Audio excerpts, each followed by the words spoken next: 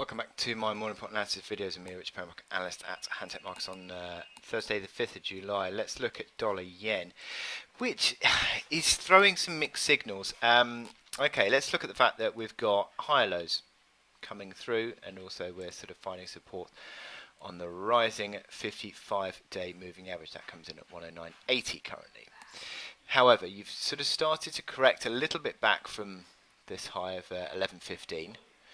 And just posted a couple of bear candles, but today's candle is positive, so it all sort of points towards the fact that there is still arguably there is a positive bias, but the market is still ranging and sort of pulling back from that 11.15 level under the 11.40 resistance of the May high.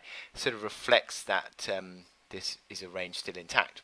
There is still positive bias, and the fact that we're sort of above 40 on the RSI, marginally above neutral on the MACD lines, but again, stochastics have rolled over. MACD lines are not really going anywhere.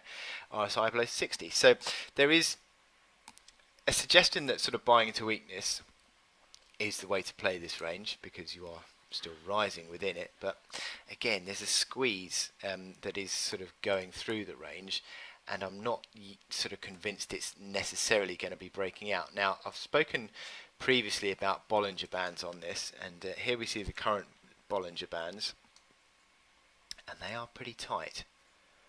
They are pretty tight. So yeah, it would again suggest that the market is sort of building a consolidation, but also building towards a possible breakout of a consolidation. So that's something to bear in mind, that as and when a move and a break does come, it could be a considerable move.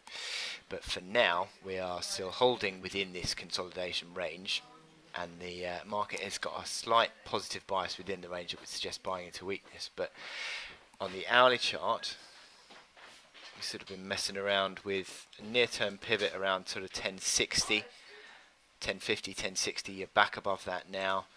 Again, that sort of negates the corrective element to this chart, which would have pulled it back towards 10 figure, and the momentum indicators are basically just flattening off, really.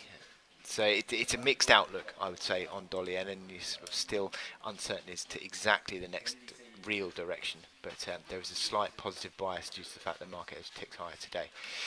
Wow. Okay, so I wish you good luck in your trading today, and I'll speak to you later.